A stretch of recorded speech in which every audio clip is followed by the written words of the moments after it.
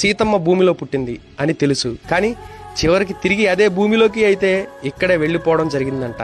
దానికి సూచకంగా ఇక్కడ గోడ మీద అప్పట్లో సీతమ్మ భూమిలోకి ఎలా వెళ్ళిపోయింది అనేది కూడా ఇక్కడ ఉన్న ఒక గోడ మీద కొన్ని విజువల్స్ కనిపిస్తాయి.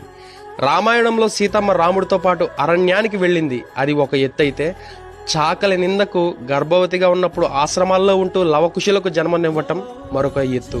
అలా లవకుశులు పెరిగి పెద్దయిన ప్రదేశమే ఈ సీతామది.